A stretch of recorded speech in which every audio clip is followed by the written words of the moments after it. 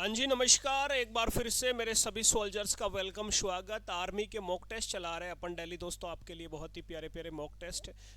Total 50 question का mock test लेके आते हैं। तो सभी सोल्जर्स एक बार मस्त तरीके से लाइव आ जाएंगे, फिर शानदार से शुरू करते हैं आज की आपकी क्लास। ठीक है जी, ओके जी। आज का पहला प्रश्न आपके सामने स्क्रीन पर आ चुका है। ये रहा आज का आपका पहला प्रश्न।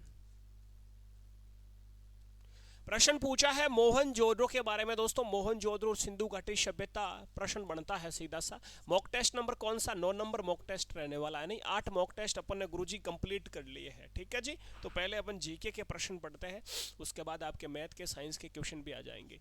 प्रश्न पूछा है मोहनजोदड़ो किसके द्वारा खोजा गया था? Who discovered Mohenjodaro? दोस्तों मोहनजोदड़ो की बात करें तो पहले तो आपको ये पता होना चाहिए मोहनजोदड़ो गुरुजी है कहाँ पर। गुरुजी ये मोहनजोदड़ो है कहाँ पर? तो ये सिंधु घाटी सभ्यता का एक स्थल है जो कि कहाँ पर है आप सबको पता है, पाकिस्तान में है। कहाँ पर है सोल्जर्स? पाकिस्तान में है। ठीक है, ये पता हो गया गुरुजी। अब इसकी खोज कब होती है? तो प्रश्न ये भी बन सकता है। तो इसकी खोज होती है 1922 में। कब होती है इसकी खोज? होती है 1922 में, आपको याद रखना है। और खोज करता है वो है राखल दास बनर्जी। क्या नाम है? राखल दास बनर्जी।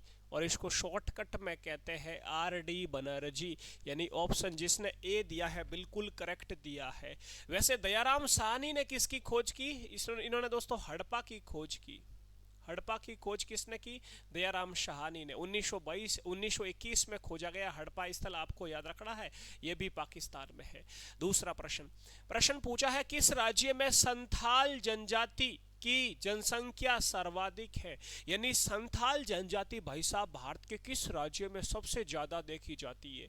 वैसे झारखंड में भी है संथाल, मध्य प्रदेश में, ओडिशा में भी है। तो आपको याद रखना है सबसे ज्यादा संथाल झारखंड में निवास करती है।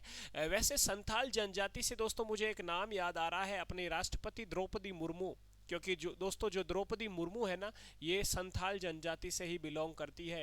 इनका जन्म दोस्तों ओडिशा में होता है। कहाँ पर होता है इनका जन्म? ओडिशा के एक जिला है मयूरभंज में होता है, आपको याद रखना है। पहली आदिवासी महिला राष्ट्रपति। और आदिवासी तो जनजाति कौन सी है? संथाल जनजाति। अगला प्रश्न आपके बीच प्रश्न पूछा दोस्तों होम रूल आंदोलन किस वर्ष शुरू हुआ था?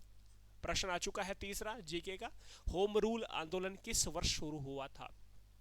वैसे दोस्तों आज आपके सामने लाइव नहीं दिख रहा हूं मैं, क्योंकि थोड़ा सा प्रॉब्लम चल रहा है। 2 दिन स्टूडियो अपना सेटअप हो रहा है, तो पहले की तरह वापस अपन डिजिटल स्क्रीन पर आ जाएंगे। बस 2 दिन का वेट करो, है ना।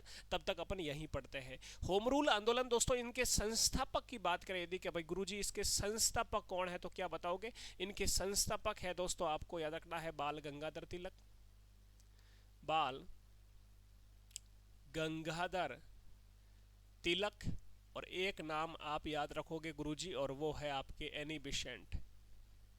एनी बिशेंट, ये दोनों इनके दोस्तों संस्थापक है, आपको याद रखना है। और 1916 की बात है, 1916 में होम रूल आंदोलन की स्थापना होती है। ऑप्शन डी करेक्ट हो जाएगा।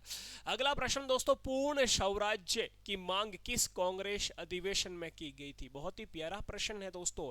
कांग्रेस का एक अधिवेशन होता है लाहौर अधिवेशन, 1929 में होता है। कब होता है? 1929 में। और उस समय दोस्तों अध्यक्ष थे पंडित जवाहरलाल नेहरू।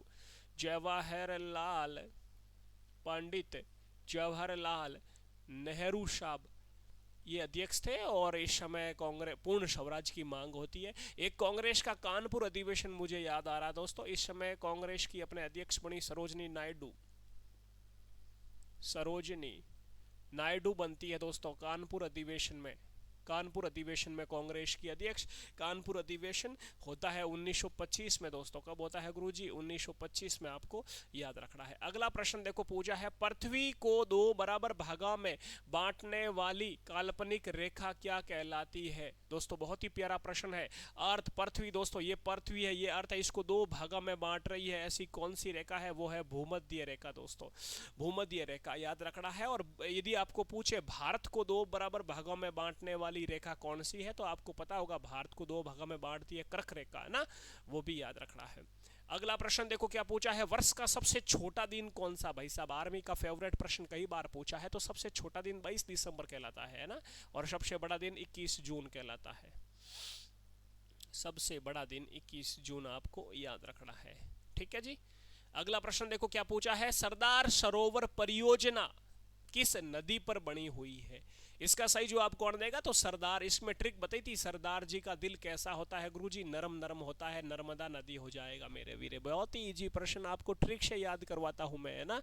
ये आपका इंडियन पॉलिटी का प्रश्न है। उससे पहले मैं बता दूं दोस्तों, अपना जो भी एग्जाम मेरा वीर आर्मी की तैयारी कर रहा है, मेरा सोल्जर्स अपने आर्मी एग्जाम की तैयारी कर रहा है और हमसे कंप्लीट पढ़ना चाहता है, हमारा बैच बना हुआ दोस्तों, आर्मी एग्जाम के लिए बहुत ही प्यारा सा बैच बना हुआ है। तो आप हमारे बैच को लेकर मस्त तरीके से पढ़ सकते हो। उसमें आपको गुरुजी क्या क्या मिलेगा, तो पहले तो बता दूं, एक आपकी जो अप्रैल है, ये लास्ट डेट है, फॉर्म भर दिया होगा सभी ने। और इस वर्दी बैच में आपको दोस्तों ये सब कुछ मिलने वाला है। ये आपका वर्दी बैच रहने वाला है और इसमें बहुत ही प्यारी सी सारी क्लासें अवेलेबल है, चाहे जीडी हो, ट्रेडमैन हो, डब्ल्यूएमपी यानी जो भी लड़कियां हैं उनके लिए बैच ये आपका, और ये आपका जीडी ट्रेडमैन का है, टेक्निकल क्लर्क सबके लिए है। इसमें आपको जीरो लेवल से सारी क्लासें मिलेगी, टॉपिक वाइज क्लास मिलेगी, smart notes, PDF, previous year के क्वेश्चन, स्पेशल अलग से डाउट ग्रुप, है ना, ऑल इंडिया रैंकिंग टेस्ट, ये सब कुछ मिलने वाला है, मिनी मॉक टेस्ट वगैरह। और गुरुजी कहाँ पर मिलेगा, तो आपको प्ले स्टोर में जाना है और एक ऐप डाउनलोड करना जिसका नाम है GK series, GK SERIES series app है। ऐप पर आपको ये इंस्टॉल करते ही मोबाइल नंबर डालोगे, लॉग इन करोगे तो बाई कोर्स पे क्लिक करोगे, अपना ये बैच आपका सबसे ऊपर आर्मी वाला, ये सारी क्लास है, डेमो क्लास हो, ये बाय नाउ पे क्लिक करोगे, पे ऑनलाइन 99 रुपीज़ कटेंगे आपके, और सारा जीके साइंस, ये जीके साइंस मैथ रीजनिंग सब कुछ ये आपको क्लास है मिल जाए। इस तरह से क्लास रहेगी। क्लास के नीचे पीडीएफ का ऑप्शन, पीडीएफ से रिवीजन कर सकते हो।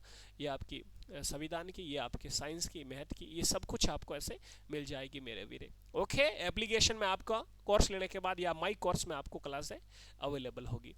तो दोस्तों अपन प्रश्न पर चलते हैं वापस। अपना प्रश्न था ये, और इस प्रश्न पर चलते हैं वापस से। बहुत ही अच्छे से नाइस, सभी को अपना रीजनिंग हो, चाहे मैथ हो, साइंस हो, सारा मॉक टेस्ट देना है, ठीक है मेरे वीरे। नाइस गुरुजी। चलो फिर बात करते हैं। अगला प्रश्न जो अपना चल रहा था, प्रश्न था मेरे वीर ये आपका कि सर्वोच्च न्यायालय में मुख्य न्यायाधीश कुल कितने, यानी मुख्य न्यायाधीश सहित कुल कितने न्यायाधीश हो सकते हैं? तो आप सबको याद रखना है 34 34 होते हैं गुरुजी। वैसे राष्ट्रपति को शपथ कौन दिलाता है? ये मुख्य न्यायाधीश, सर्वोच्च न्यायालय का मुख्य न्यायाधीश ही दिलाता दोस्तों। और राष्ट्रपति अपना इस्तीफा किसे देता है? उपराष्ट्रपति को देता है। अगला प्रश्न, सेना दिवस कब मनाया जाता है? आप सबको पता है सेना दिवस गुरुजी 15 जनवरी को मनाया जाता है, क्योंकि 15 जनवरी 1949 को भारतीय थल सेना के अध्यक्ष बनते हैं एम करियप्पा। क्या नाम है? एम करियप्पा। तो ये आपको याद रखना है, ये अपना थल सेना यहाँ से मनाना अपन ने शुरू किया, ठीक है। नाइस। तो थल सेना हो गया आपका 15 जनवरी, और एयरफोर्स डे आपको यदि एयरफोर्स का पूछे तो 8 अक्टूबर को मनाया जाता है, और यदि आपको दोस्तों नेवी का पूछे तो नेवी आपका मनाया जाता है गुरुजी 4 दिसंबर को। अगला प्रश्न, बहुत ही प्यारा प्रश्न, उस्ताद जाकिर हुसैन किस वाद्य यंत्र से जुड़े हुए हैं? जाकिर हुसैन का पूछा है। जाकिर हुसैन हो, चाहे इनके पिताजी का नाम है अल्लाह रखा खां, है ना, अल्लाह रखा खां हो, ये सब दोस्तों किससे जुड़े हुए हैं? ये तबले से जुड़े हुए हैं ना, गुदई महाराज, अनोखे लाल मिश्रा। सितार के एक वादक है पंडित रविशंकर। क्या नाम है? पंडित रविशंकर, ये आपको याद रखना है। ओके, पंडित रविशंकर। अगला प्रश्न देखो क्या पूछा है, कपास की खेती के लिए कौन सी मिट्टी सबसे बेस्ट है?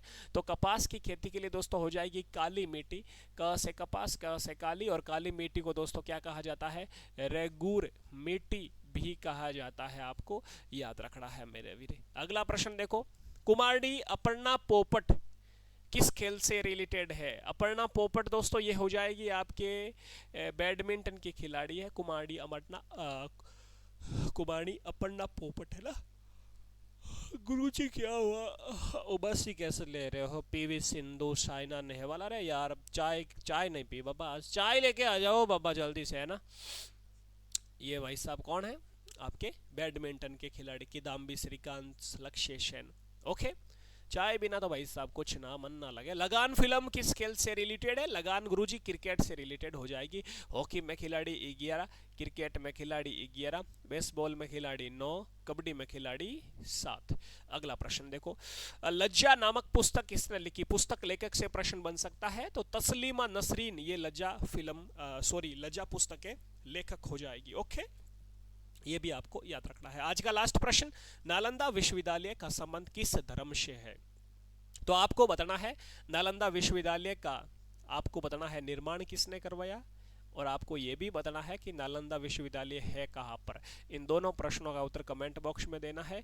और दोस्तों मैं बता दूं इसका धर्म हो जाएगा बौद्ध धर्म से रिलेटेड। तो आज के 15 प्रश्न कंप्लीट, और अपना जीके सीरीज एप्लीकेशन मैंने जैसा कि बताया डाउनलोड कर लेना, पूरा कंप्लीट कोर्स मिल जाएगा। अब आपके शुरू हो रही है यहाँ से साइंस के 15 प्रश्न।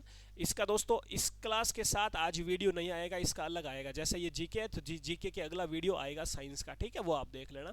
तो साइंस मिल जाएगी, और साइंस के टोटली 15 क्वेश्चन, उसके बाद आपको मैथ भी मिल जाएगी, ठीक है। ये आपको मस्त तरीके से याद रखना है। ये आपकी यहाँ पर आ जाएगी, मैथ आ जाएगी। ये मैथ के क्वेश्चन शुरू हो रहे हैं तो ये वाले मैथ वाले सर आपको मैथ की क्लास करवा देंगे।